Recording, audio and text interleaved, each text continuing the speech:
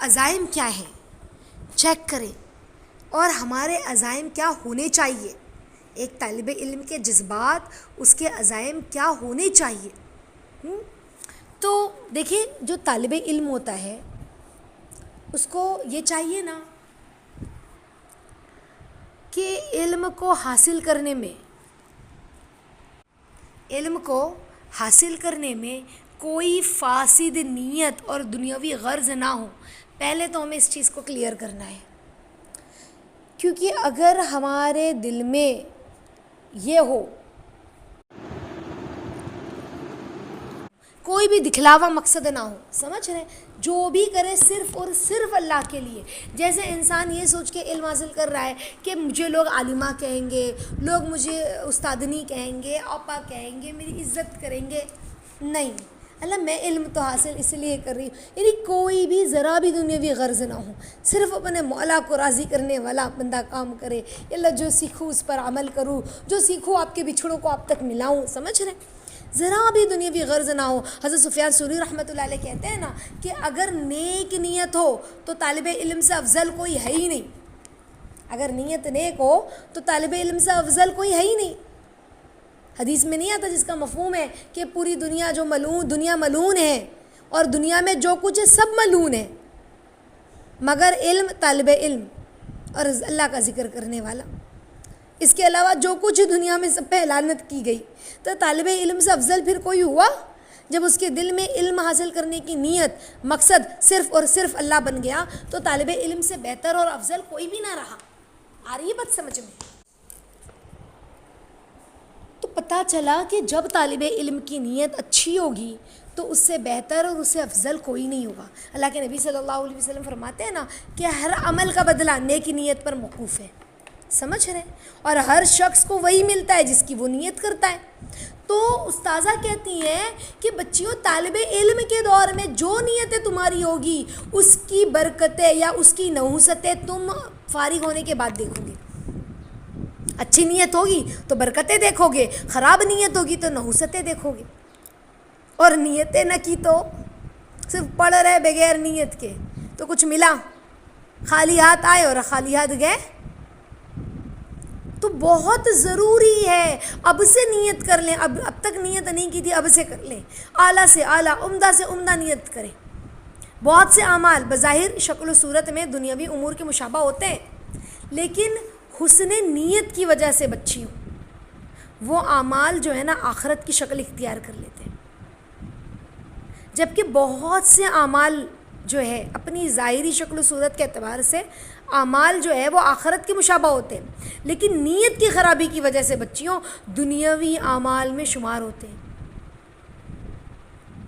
حضرت ابن عمر رضی اللہ تعالیٰ عنہ سے روایت میں آتا ہے نا کہ جس نے علم اللہ کے علاوہ کسی غیر کے لیے سیکھا نا اس کو اپنا ٹھکانہ جہنم میں بنا لینا چاہیے۔ حدیث میں نہیں آتا ہے جس کا مفہوم ہے روز قیامت اللہ کے سامنے 3 لوگ پیش کیے جائیں گے، کون؟ مالدار، شہید، عالم۔ اوہو، تینوں نے دیکھیں ان کی باتیں خالی، اللہ کہیں گے مالدار سے تو نے کیا کیا؟ وہ کہے گا اللہ آپ نے مجھے مال دیا تھا، میں نے دنیا میں مال آپ کے بندوں پر خرچ کیا، غریبوں پر، یتیموں پر، آپ کے راستے پر، کتنا اچھا کام کیا، سننے میں لگا نا۔ لیکن اللہ کہیں گے جھوٹا ہے تو، جھوٹ کہتا ہے۔ اس کی نیتیں کھلے گی روز قیامت سب کے سامنے، اللہ کہیں گے تو جھوٹا ہے، تو جھوٹ کہتا ہے، تو نے مال اس لیے نہیں حاصل کیا تھا کہ تو لوگوں کی مدد کر سکے، میری رضا اور رضا جوئی کے لیے تو نے یہ کرے، تو نے اس لیے نہیں کیا تھا، بلکہ تو نے مال اس لیے لوگوں پر خرچ کیا تاکہ لوگ تجھے سخی کہیں، اوہو کتنا سخی ہے، کتنا لوگوں کو دیتا ہے، اسی لیے تو نے کیا تھا، جاؤ اس کو اوندے منہ جہنم میں گھسیٹ کر پھینک دو، اللہ کہیں گے۔ اسی طرح ایک شہید آئے گا، اللہ کہیں گے کیا کیا؟ وہ کہے گا اللہ آپ کے راستے میں شہید ہو گیا، لڑتے لڑتے اپنی جان لگا دی۔ اللہ کہیں گے تو جھوٹا ہے، جھوٹ کہتا ہے، تو شہید اس لیے نہیں ہوا تھا، تو شہید اس لیے ہوا تھا کہ لوگ تجھے شہید کہیں، بہادر کہیں، جہاں لوگوں نے تجھے کہہ دیا اس کو اوندے منہ جہنم میں پھینک دو، اللہ فرشتوں سے کہیں گے، گھسیٹ کر جہنم میں لے جائیں گے فرشتے۔ پھر عالم آئے گا، اللہ اکبر، اور عالم سے اللہ پوچھیں گے تو نے کیا کیا؟ وہ کہے گا اللہ علم حاصل کیا اور لوگوں تک علم پہنچایا، یا اللہ آپ کی رضا کے لیے۔ اللہ کہیں گے تو جھوٹ کہتا ہے، تو نے علم میری رضا کے لیے نہیں حاصل کیا تھا، اس لیے حاصل کیا تھا کہ لوگ تجھے عالم کہے، جا لوگوں نے تجھے عالم کہہ لیا، اس کو اندھے منہ گھسیٹ کر پھینک دو۔ یعنی بہت سے کام بظاہر شکل صورت کے اعتبار سے اچھے ہیں، لیکن نیت کی خرابی، خراب ہو گئے۔ نماز پڑھ رہا ہے، نیت میں خرابی ہے، فلاں مجھے دیکھے کتنی اچھی نماز پڑھ رہی ہوں، سب ختم، سب ضائع۔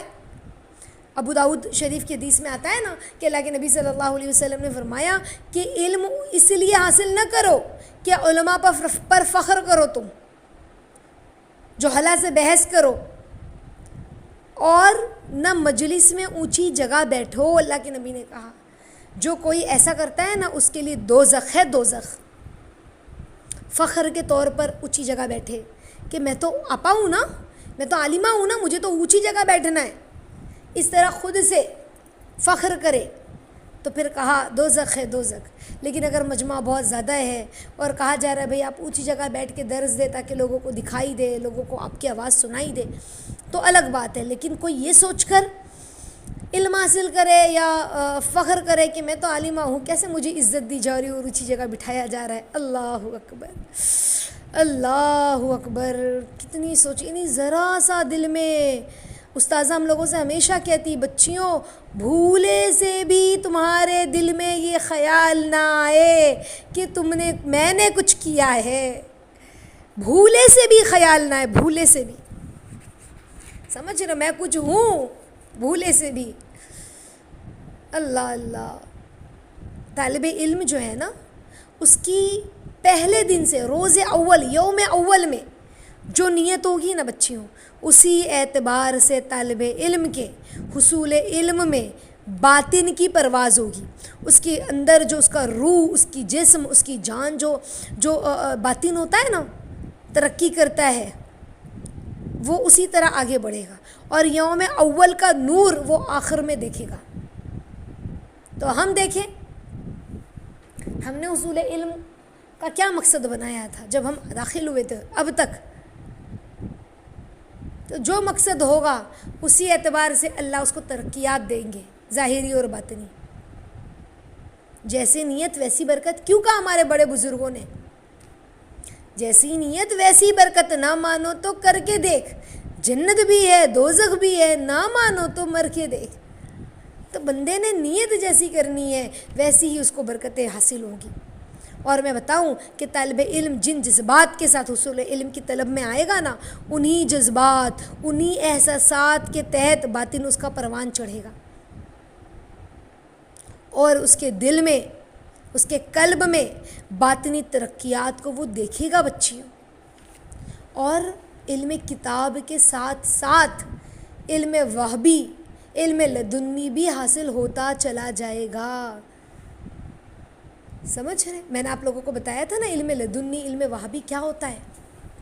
یہ وہ علم ہوتا ہے کہ بندہ ایک حدیث پڑھتا ہے اور اللہ اس کے دل پر ایسی ایسی تشریحات عطا فرماتے ہیں، ایسے ایسے علم عطا فرماتے ہیں جو قرآن و حدیث کے دائرے میں ہوتا ہے، اور اس کی خود کی عقل حیران ہو جاتی ہے کہ اللہ نے اس کو اتنا سب کچھ سجھایا اور اتنی گہرائی علم کی عطا فرمائی۔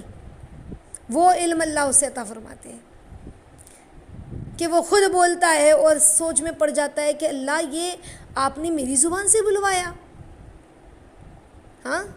اور وہ علم جو ہوتا ہے نا وہ قرآن و حدیث کی روشنی میں ہوتا ہے، اسی کے دائرے میں ہوتا ہے، اللہ اس کو وہ سمجھ، فہم، فراست عطا فرماتے ہیں۔ تو طالب علم کے عزائم میں بلندی اور جذبات میں گہرائی ہونی چاہیے بچی،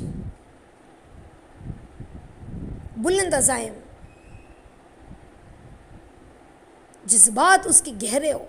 تو سب سے پہلے طالب علم کو کیا ہونا چاہیے جانتے ہو؟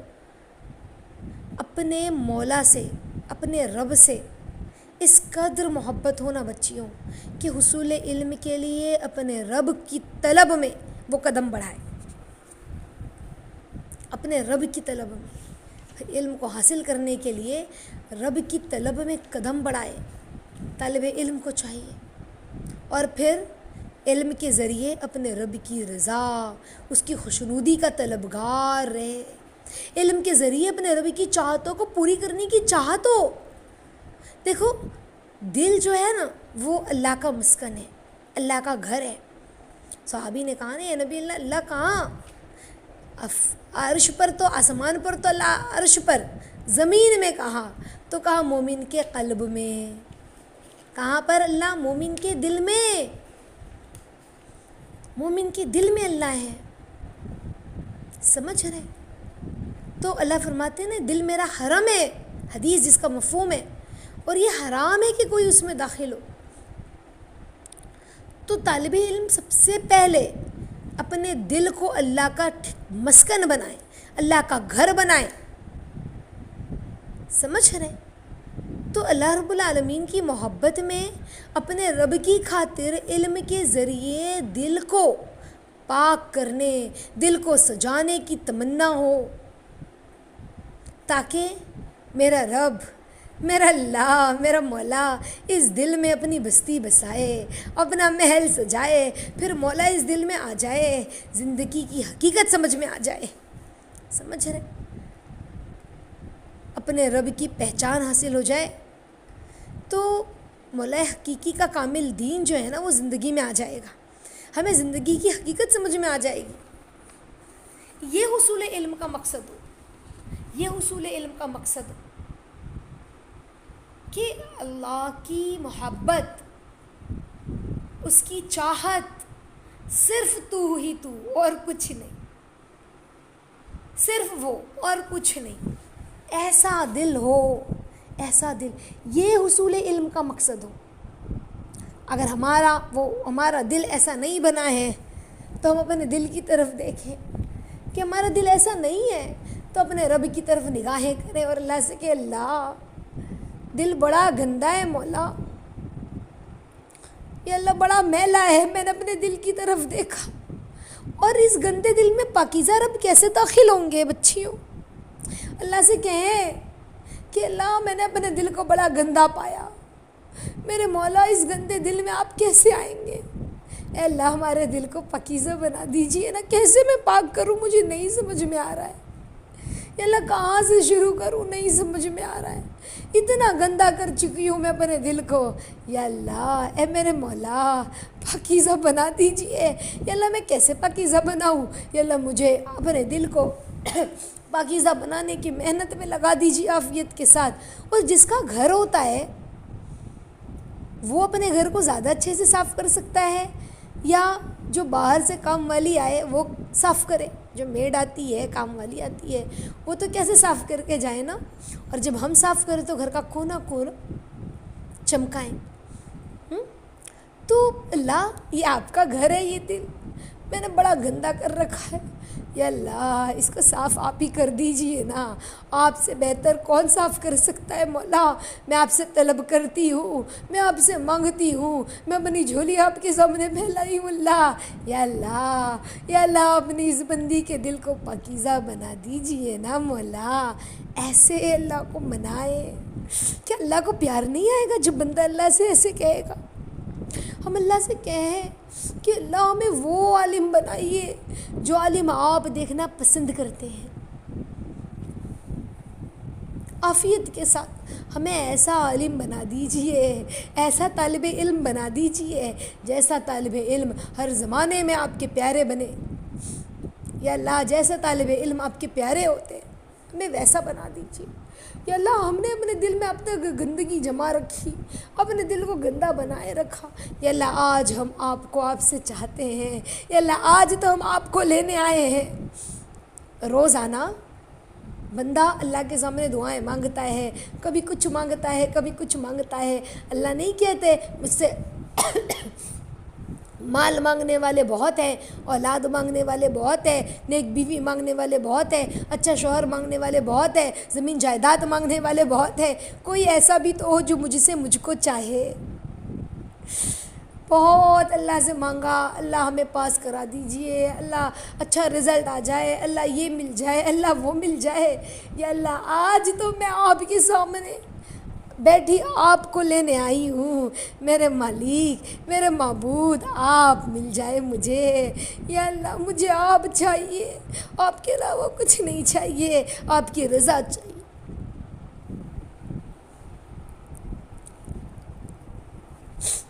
ایسی طلب ہو ہمارے دل میں اللہ کی، ایسی چاہت ہو ہمارے دل میں اللہ کی کہ اللہ صرف آپ، یا اللہ صرف آپ چاہیے۔ انشاءاللہ اللہ کے سامنے بہت روئے، معافی مانگے کہ اللہ اب تک جو ہے نا ہم نے اپنی نیتوں کو ویسے نہیں بنایا جیسے بنانے کا حق تھا۔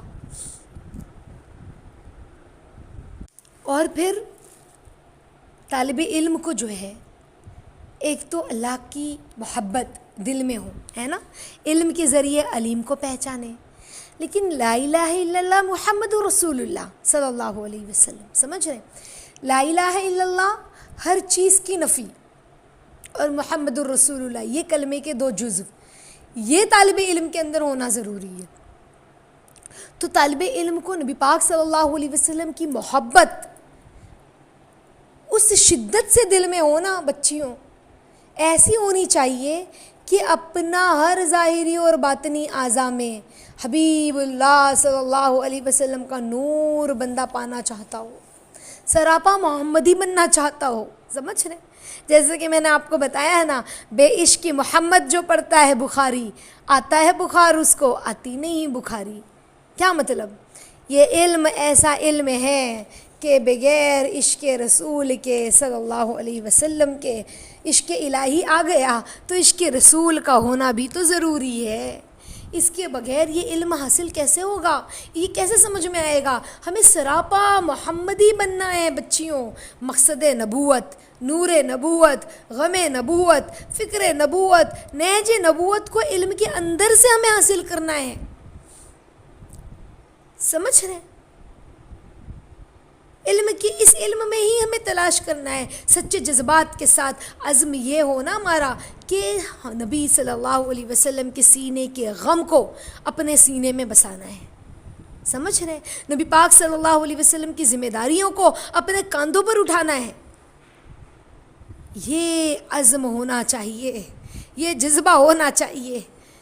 امام مولانا یوسف رحمۃ اللہ علیہ جو ہیں، مولانا الیاس رحمۃ اللہ علیہ کے بیٹے تھے، اور اللہ نے اتنا ان کو علم دیا تھا اور ایسی اپنی محبت دی تھی کہ جس مجلس میں اللہ کے بول بولتے لوگوں کے دل اللہ بدل دیا کرتے تھے، ایسا ان کے بولوں میں اللہ نے اثر دیا تھا، ایسا درد دیا تھا۔ انہوں نے خواب میں ایک مرتبہ اللہ کے نبی کو دیکھا کہ اللہ کے نبی کے سینے مبارک پر زخم ہے۔ کیا دیکھا؟ نبی صلی اللہ علیہ وسلم کے سینے پہ زخم ہے۔ تو کہا کہ یا نبی اللہ یہ زخم کیسا؟ خواب میں پوچھ رہے ہیں۔ ہم سب تو طالب علم حدیث تو پڑھی ہوگی نا آپ لوگوں نے کہ جس نے اللہ کے نبی کو خواب میں دیکھا واقعی اللہ کے نبی کو دیکھا ہے، شیطان ہمارے نبی کی شکل و صورت بنا کر نہیں آ سکتا۔ تو پوچھا یا نبی اللہ یہ زخم کیسا؟ تو کہا ہمارے نبی صلی اللہ علیہ وسلم نے کہ یوسف یہ وہ زخم ہے جو میری امت مجھے دیتی ہے، تیرے دین کا کام کرنا اس پہ مرہم کا کام کرے گا یوسف، تیرے دین کا کام کرنا اس پہ مرہم کا کام کرے گا۔ تو غم نبوت، فکر نبوت، نہج نبوت کو علم کے اندر سے حاصل کرنا ہے کہ میرے نبی کے سینے کے غم کو ہم اپنے سینے میں بسانا ہوگا بچیوں، اپنے نبی کی ذمہ داریوں کو اپنے کاندھوں پر ہمیں اٹھانا ہوگا۔ سارے عالم کے مسلمانوں کو نبی پاک صلی اللہ علیہ وسلم کی ایک ہی انداز، ایک ہی طریقے، ایک ہی نہج پر ہمیں لانا ہوگا۔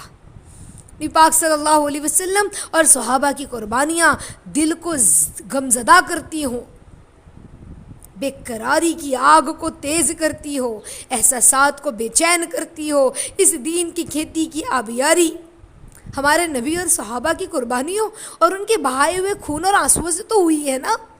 ہاں، تو اس دین کی حفاظت کی ذمہ داری اپنے سر لینے کا جذبہ ہو ہمارا کہ اللہ ہمیں تو خون نہیں دینا، صحابہ نے تو خون لگایا، جانیں لگائی، مال، اولاد، جذبات، تمنائیں، خواہشات سب لگائی. ہم نے کیا دیا؟ ہمارا تو کچھ نہیں لگا. تو کم سے کم ہم اس دین کی حفاظت کی ذمہ داری لیں. یہ نیت ہو ہماری کہ دور نبی اور دور صحابہ سے بچیوں ایسا ہمیں قلبی تعلق اور انسیت ہو نا کہ علم کے ذریعے کرنے اول کے انوار اور برکات حاصل کرنے کی تمنا ہو ہماری. جب بھی ہم علم کو حاصل کریں، جب بھی ہم حدیثوں کو پڑھیں، قرآن کی تفسیر کو پڑھیں، تو صرف پڑھیں نہیں بچیوں، کھو جائے. 1400 سال پہلے والا دور یاد آ جائے کہ 1400 سال پہلے میرے نبی والا دور کیسا تھا.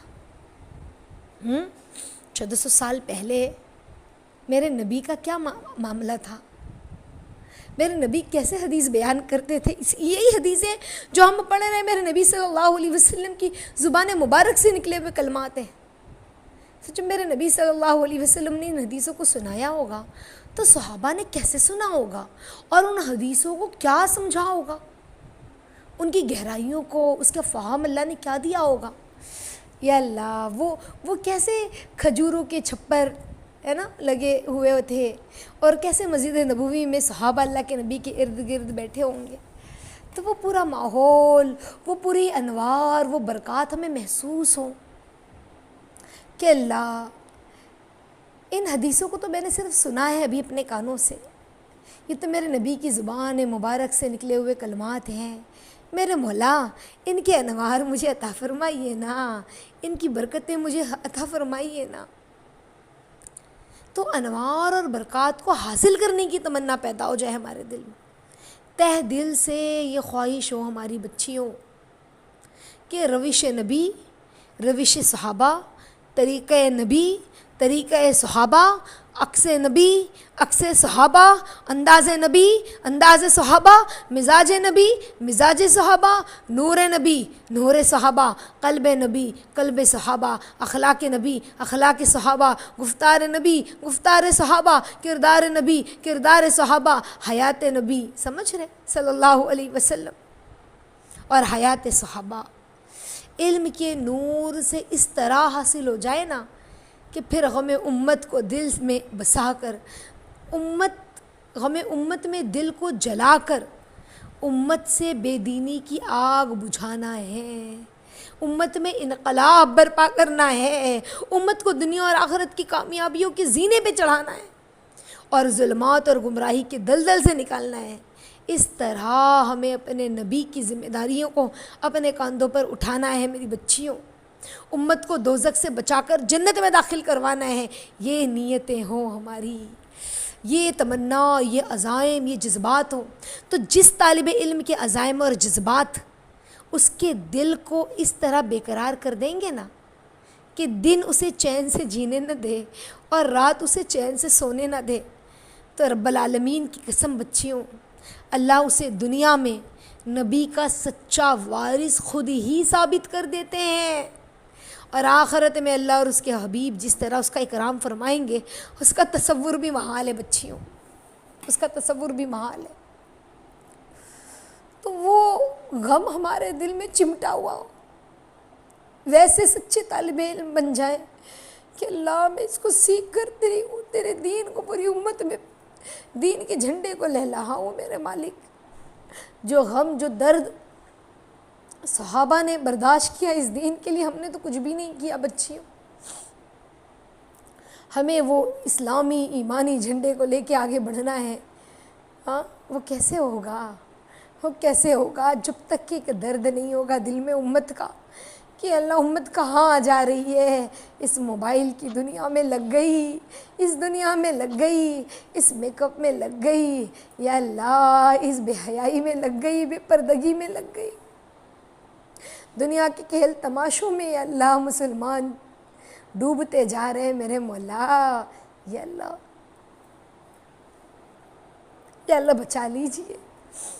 ہمیں درد ہو، درد جب ہم کسی کو دیکھیں نا تو ہمارا دل جلے کوئی نماز نہ پڑھتا ہو، کوئی الٹے ہاتھ سے پانی پیتا ہو، کوئی سنتوں کو توڑتا ہو، کہیں ہم نے سنا فلاں جو ہے فلاں جگہ زنا ہوتا ہے، ہمارا دل روئے، ہمارا دل غمزدہ ہو جائے کہ اللہ میں کیا کروں، کیسی محنت کروں، یا اللہ میرے ذریعے سے دین زندہ کر لیجئے۔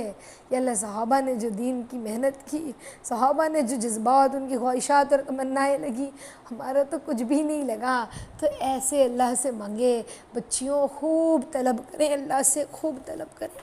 طالب علم کے اندر حب نبی، حب اللہ اور حب نبی، حب الہی، حب نبی کا ہونا بہت ضروری ہے۔ اگر یہ چیز نہیں ہے تو پھر یہ علم تو پھر حاصل کر کے کوئی مقصد نہیں ہوا نا۔ کیا مطلب ہوا اس علم کے حاصل کرنے کا جب مقصد ہی فوت ہو گیا؟ یہ علم جو ہے، عالمہ جو ہے علم، عالمیت کا جو علم ہے، یہ اللہ اس کے رسول کی پہچان تو ہے کہ ہمیں اس علم میں کیا کرنا ہے، اللہ اس کے رسول کی پہچان کرنی اور کروانی ہے۔ جیسے ایک ڈاکٹر ہوتا ہے بچیوں، تو وہ ڈاکٹر بنتا ہے تو کیا کرتا ہے؟ مرض کو پہچانتا ہے نا۔ پھر وہ ڈاکٹر بنتا ہے نا تو اسے بتایا جاتا ہے کہ تمہیں مریض کی جو ہے نا اس کی احساس کو سمجھنا ہے، اس کے جذبات کو سمجھنا ہے، بیماریاں بتلائی جاتی ہے اور پھر اسے پریکٹس کروائی جاتی ہے۔ تو پھر وہ ڈاکٹر ہے نا، مریض کا غم اس کے دل میں ہوتا ہے، سمجھ رہے؟ اور پھر وہ درد کے ساتھ ان کا علاج کرتا ہے نا۔ تو وہ ڈاکٹر کیوں بنا؟ ڈاکٹر بننے کا مقصد کیا تھا؟ کہ مریض کی دیکھ بھال کرنا ہے نا، اس کی بیماری کا علاج کرنا۔ اسی طرح بچیوں، ہمارا عالم بننے کا مقصد کیا ہے؟ آواز آ رہی ہے ہماری آپ لوگوں کو؟ جی آپا، جی الحمدللہ آ رہی ہے۔ تو ہمارا عالم بننے کا مقصد کیا ہے؟ صرف علم کو حاصل کر لینا نہیں، بلکہ اس علم کو حاصل کرتے ہوئے لوگوں تک پہنچانا۔ اس اندھیری دنیا میں، اس بے حیائی اور کیا کہتے ہیں بدتمیزی، جو طوفان بدتمیزی ہے، اس دنیا میں رہ کر لوگوں کو اللہ کا بنانا، سمجھ رہے؟ یہ علم کا مقصد ہو، یہ علم سے چاہا جا رہا ہے۔ تو اب ہمیں اپنی اپنی نیتوں کو درست کرنا ہے، بیسٹ، بہتر، اچھی اور اچھی، تاکہ جب ہم علم حاصل کریں تو اس کی برکتیں ہمیں ملتی رہیں۔